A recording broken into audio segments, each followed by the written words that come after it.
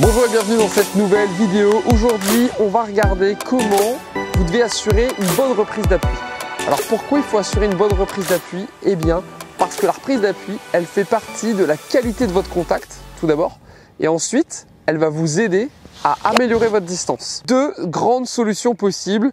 Vous allez pouvoir utiliser la jambe gauche ou le côté droit et vous allez voir que les deux peuvent vous permettre de pouvoir vous propulser vers l'avant. Et alors, à quoi sert cette reprise d'appui? Eh bien, tout simplement à assurer la qualité du contact, à avoir un club qui va descendre assez longtemps dans la zone d'impact avec les fers notamment, puisque la balle sera un peu plus au milieu des pieds, elle sera légèrement à gauche votre balle, mais comme vous allez reprendre votre appui, le club va être en phase de descente.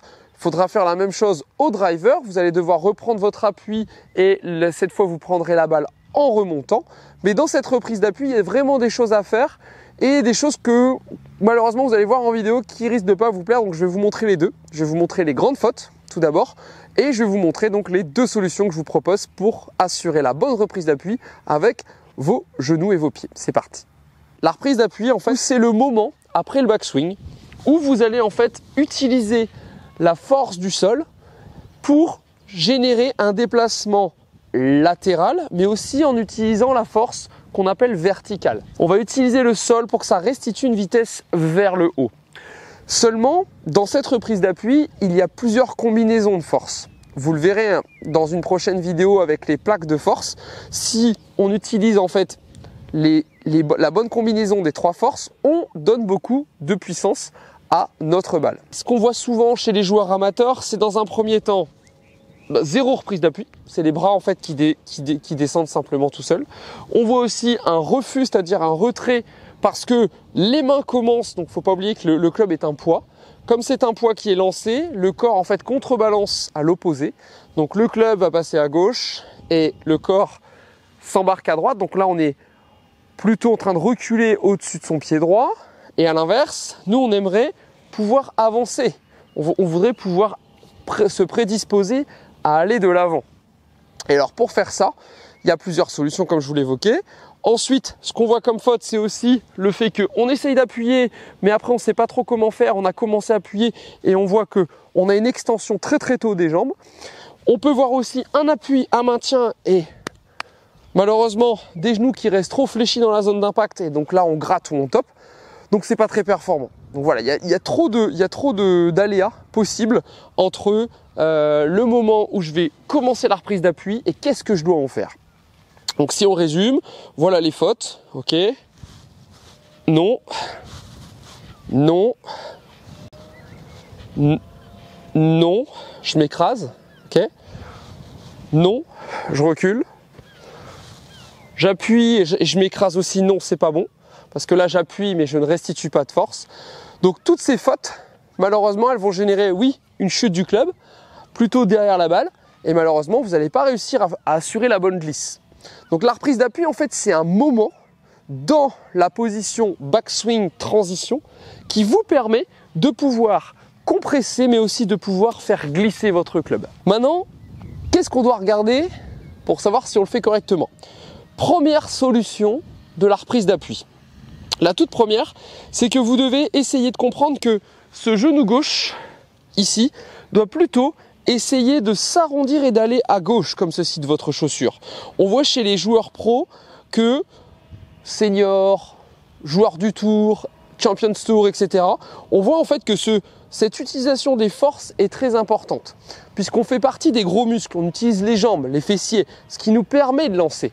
Donc là, le fait d'aller arrondir ce genou gauche me permet d'utiliser la force dans le sol. À partir de ce moment, je vais pousser. Une fois que le club arrive à mi-hauteur, c'est à ce moment où je cherche la détente de mon genou. La plus grande erreur que je vois quand les joueurs essayent de reprendre leurs appuis, c'est d'appuyer et malheureusement, lors de l'extension, le corps est en train de reculer. C'est vraiment la grande faute qu'on voit souvent. Et on dit « Ah bah j'ai levé la tête ». J'ai levé, mais en fait c'est pas le problème la tête. La tête est une conséquence en fin de compte. Donc là hop, ma tête se lève, j'ai levé les yeux de la balle. Donc oui, vous regardez un petit peu trop au-dessus. Mais l'intérêt c'est de se dire ok, à partir de ce moment, je dois arrondir mon genou doit en sensation dépasser la chaussure et là je vais pouvoir pousser en extension puisque lorsque je vais déplacer mon genou, mon sternum va repasser à gauche de la balle et donc mon point de contact va être après la balle, ce qui va me permettre de pouvoir la compresser en fait fortement. Et comme je vais être dans l'extension, votre colonne vertébrale, ça sera vraiment comme un tire-bouchon. Ici, j'appuie, je tends et en fait je déroule ma colonne vertébrale comme un tire-bouchon et ça me permet de faire glisser le club. Donc dans un premier temps, voilà ce que vous faites, backswing, arrondissez, d'accord? Regardez, le club va aussi descendre légèrement, poussez en extension. Et lorsque je vais pousser, j'essaye d'être dynamique sur un temps très court. Si vous le faites trop longtemps, le club va s'enfourner dans le sol. Si vous le faites trop tôt, vous allez reculer. Donc il faut utiliser l'avant du pied et une fois qu'on va pousser, on va passer plutôt dans l'extérieur de la chaussure. Donc ça va donner pousser, extension. Et quand je suis dans l'extension, je roule sur le côté de la chaussure. Donc on travaille ça dans un premier temps avec la reprise d'appui grâce au pied gauche.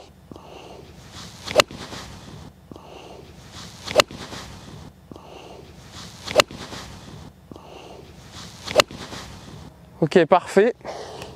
Donc, reprise d'appui, je pousse et j'essaye de m'ouvrir un maximum grâce à ce rebond. Deuxième solution pour travailler la reprise d'appui, c'est d'utiliser son côté droit. Alors le côté droit, en fait, ce qui est intéressant, c'est que votre côté droit, en fait, il est là aussi pour vous aider à pousser. Parce que tous les joueurs ne sont pas habiles avec leur côté gauche pour pouvoir essayer d'assurer la reprise. Donc c'est super intéressant de pouvoir utiliser le côté droit comme vraiment un propulseur. C'est-à-dire qu'à partir du backswing, je vais sentir que mon côté droit, en fait, je l'utilise et je pousse sur l'intérieur de l'orteil droit pour m'emmener ici vers l'avant et presque à sentir que je vais aller faire un pas en avant. Donc je vais utiliser mon côté droit pour charger et je vais essayer de mettre le pied en fait vers l'intérieur comme ceci pour utiliser en fait la poussée de mon orteil qui va m'aider à pouvoir cette fois me propulser vers le haut. Donc d'abord côté de chaussure, propulse vers le haut avec l'orteil droit. Donc ça va être super important. Pour tous ceux qui aiment bien leur côté droit, vers l'intérieur, pousse vers le haut. Donc le fait de travailler aussi comme ça va vous permettre dans les pieds en fait de faire ce qu'on appelle talon pointe. Et donc talon pointe, c'est super important, c'est la grande tendance mondiale de tous les bons joueurs de golf. Après, il y a ce qu'on appelle des patterns, des profilages de répartition de masse et donc qui vont vous permettre de pouvoir travailler sur la reprise d'appui. Mais dans tous les cas, il faut ici être dans le talon pointe. Que vous utilisiez votre côté droit ou votre côté gauche, dans tous les cas, il faut que après le backswing, vous puissiez vous déplacer latéralement en chargeant aussi dans le sol pendant que le club commence à descendre. Et avant que le club arrive à mi-hauteur de votre ceinture, vous devez être dans la propulsion verticale, que ce soit avec votre côté droit ou avec votre côté gauche pour vous permettre une super glisse. C'est parti, c'est à vous de jouer. Je vous laisse bien évidemment juste en dessous le lien pour recevoir votre premier programme gratuit Swing Sculpt.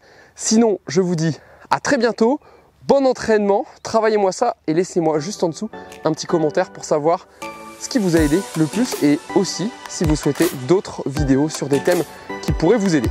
À bientôt, bon entraînement, ciao ciao.